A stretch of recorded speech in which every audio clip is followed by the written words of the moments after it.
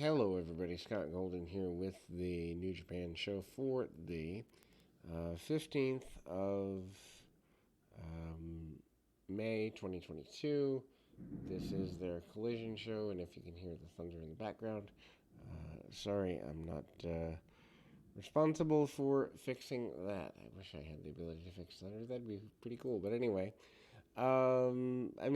decent show, especially in comparison to a lot of the junk that WWE puts on these days. Although, a lot of their talent does do too much, but that's just a recipe for um, the nature of things there. Anyway, so this is the Capital Collision show, and they try really hard. And obviously, also, I will be covering the Super Juniors show going forward here, and ultimately that will make things a little interesting anyway. So, um, they return to this with the Fight Network, two singles matches, Ren Narita and Carl Fredericks. Along the way, that's actually what starts the show. And the crowd is behind Narita. Early, Fredericks and Narita go hold for hold and strike for strike. And this is the pacing of the entire match. Narita then comes back, earning a 2 with a exploder suplex. Fredericks then tries fighting him off, but Narita finally locks Fredericks into the Narita Special 3 for a close submission. Fredericks then makes it to the ropes just by the skin of his teeth. Two of them unloads early with a bunch of strikes again. Narita locks on the octopus hold and looks like he'd give him a sleeper, but Fredericks reverses into a modified backcracker and connects with the Manifest Destiny, spiking Narita into the canvas, and then Fredericks is the winner, and there we go. Frederick leaves the ring. QT Marshall and the factory ambush him on the entrance stage. They drag him into the ring and beat him up for not joining the factory. Then we go to Team Filthy, Tom Lawler, Crotus, West Coast Wrecking Crew, and Danny Limelight defeats Roster, DKC, Dave Finley, Yuri Uemura, and Tangaloa. Rosser and Crotus basically give each other some sign language before the match begins.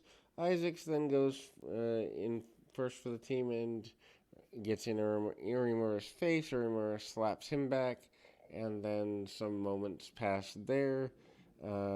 Filthy Tom Lawler forces Rosser to shave his head early or on the previous Strong show is here. Dave Finley and Danny Limelight are in next, and they have a decent, crisp exchange. Finley not being on the U.S. scene bothers me a great deal. Finley then lays Limelight out with a sidewinder suplex for near fall. Isaacs distracts Finley and allows Limelight to take control of the offense before attacking to Crotus. Crotus comes in, takes Finley out with a leaping lariat and a delayed hanging suplex. Acknowledging the crowd in an unfriendly way. Finley then eventually tags out. Tangaloa gets a decent reaction upon re-entry, does a Blue Thunder Bomb on Limelight and scores 2 count, and then mocks Limelight by doing his own version of the dance that Limelight generally does. Lawler then tags in, locks on a cravat and a front face lock until Lua breaks it up and goes after Rosser. Lawler and Rosser have a good exchange. Rosser then nails Lawler with double chops and lariats before tagging out. DKC tags in, and DKC fire to Limelight. Tangaloa and JR Crotus are in together next. Loa asks Crotus to give him a free shot. Crotus obliges, and Loa no-souls it. Loa then gives Crotus a shot of his own. Loa then no-souls that. And then they throw a bunch of strikes till Crotus puts him back down with a back suplex.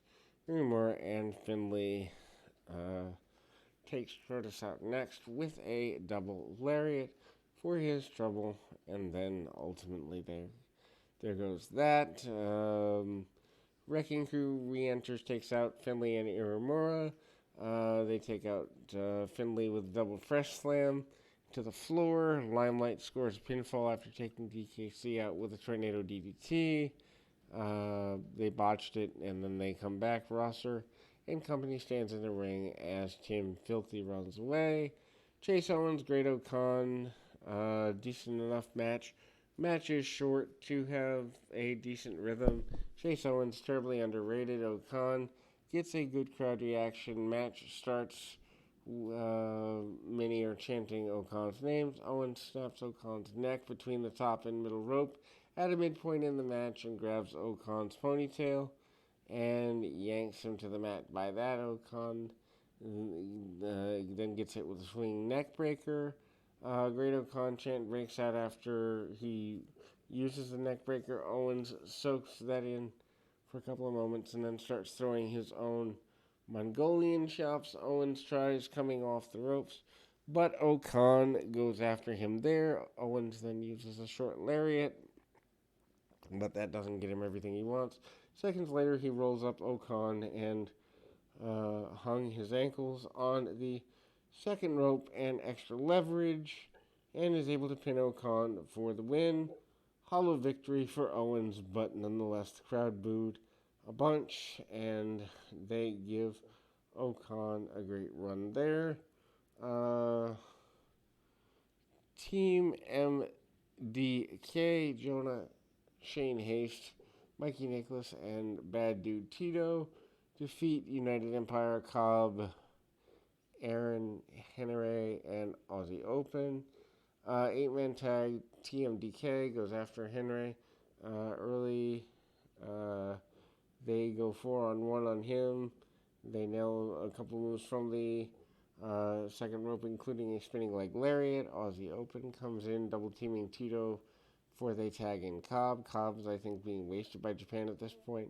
Crowd loves this. Cobb is in. He lands a standing moonsault on Tito before standing on his back and surfing on him. He and Jonah keep jaw-jacking during all of this. Then we see Tito making a comeback later and tags out. Jonah lays out Hene, and then he continues talking smack with Cobb. Nicholas and Haste come into the match, and that's run next. Each member of TNDK comes in, show their stuff, working over Hene and Shane Haste in the ring, finally connect, and Kyle Fletcher uses a decent enough double team.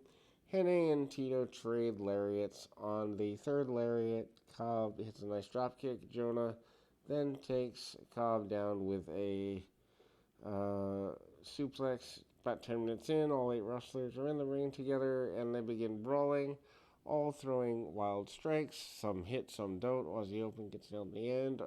Nicholas pins Fletcher, picking up the win for his team.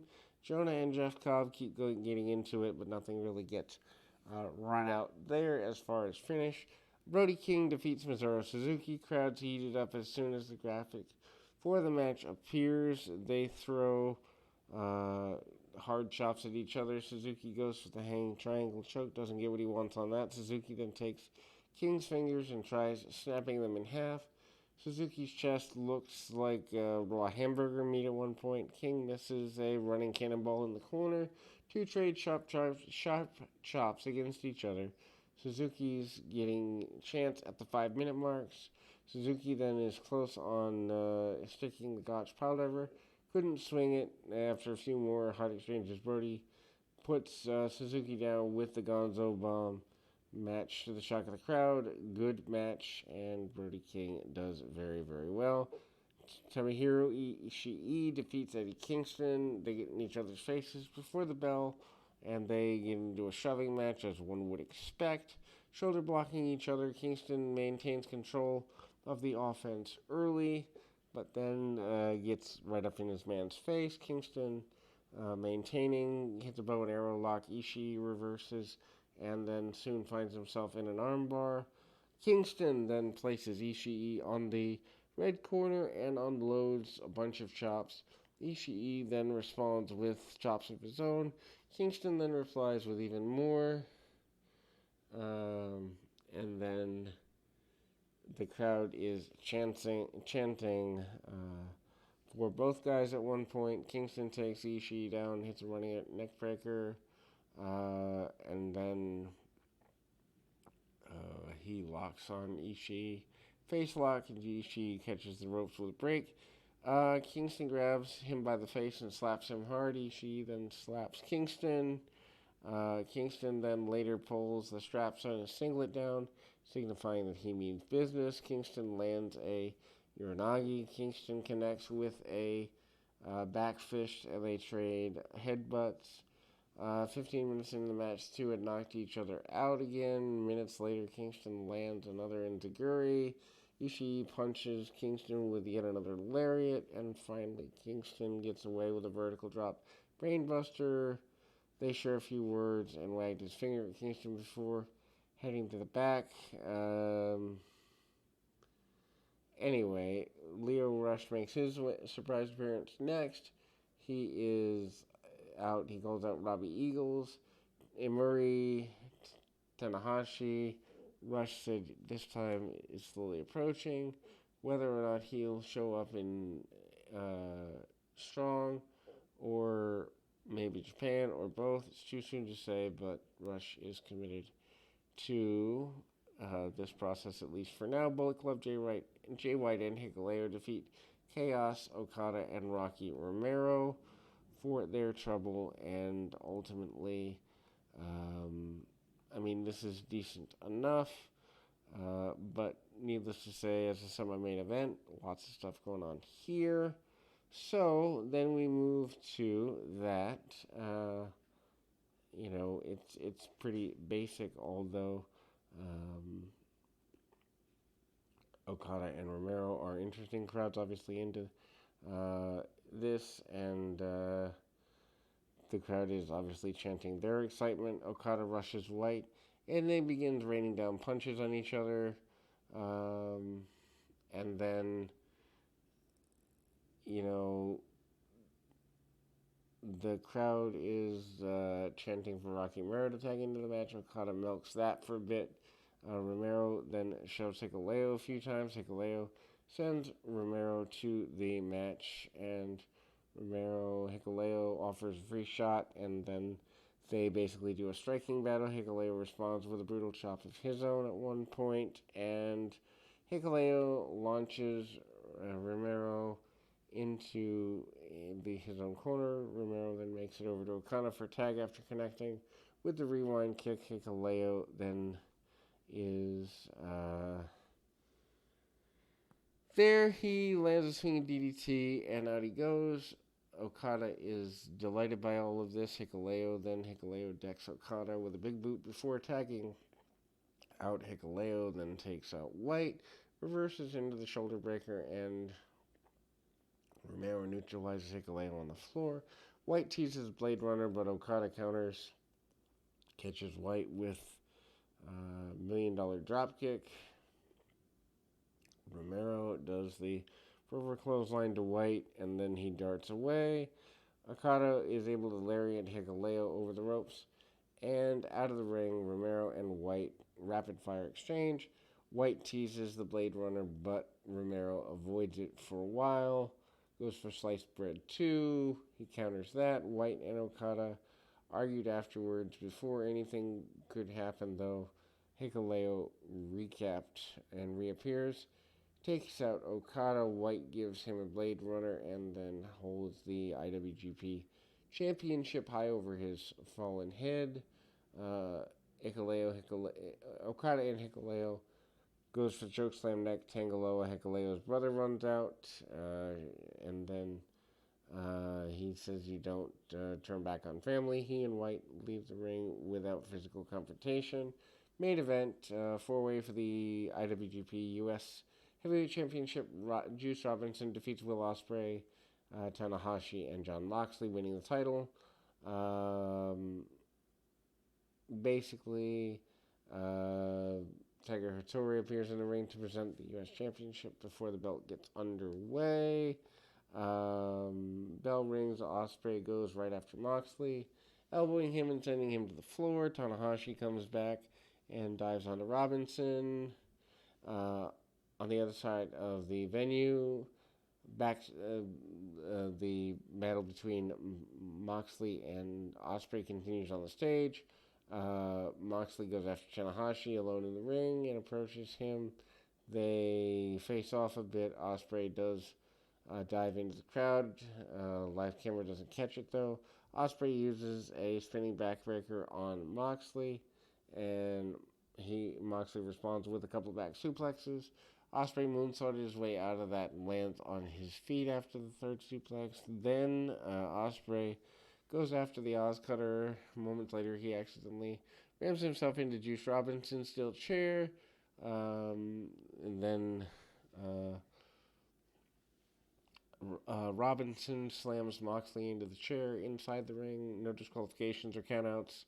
Robinson is a good heel. Moxley is bleeding somewhere after all of this chaos.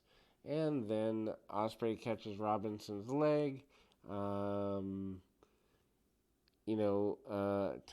locks Moxley in a Texas Cloverleaf at one point. Ospreay then stands behind him, teases knocking him out with the hidden blade elbow. Robinson then drags Ospreay out to the floor, throws him into the table. Robinson grabs the U.S. title and bashes him. Mox breaks up the pinning attempt. Robinson breaks up a pinning attempt on Tana himself, but then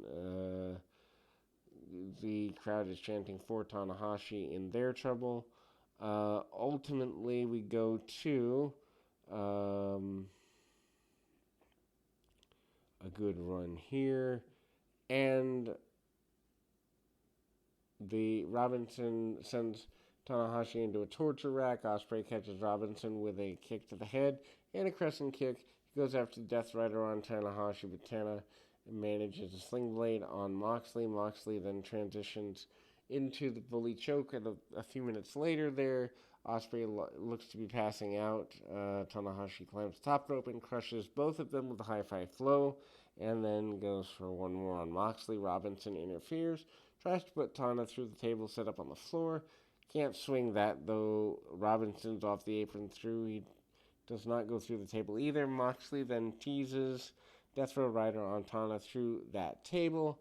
Tana reverses it and drives Moxley back and neck across the apron with a sling blade, and then he sends Moxley up on the table before a high-fly flow through the table. In the ring, Robinson scores a near fall on Ospreay. Ospreay answers that with a sudden Spanish fly. 15 minutes into the match, Ospreay teases finishing Robinson off with a hidden blade.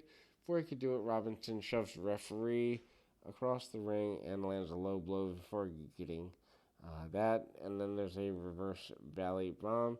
And ultimately, Juice Robinson wins the U.S. Championship with that. They did say that, in fact, Ospreay had his foot under the bottom rope when he was beaten, so maybe that's where we're going next. But anyway, good show and much better than most of what WWE puts on these days. We'll be back with more right after this.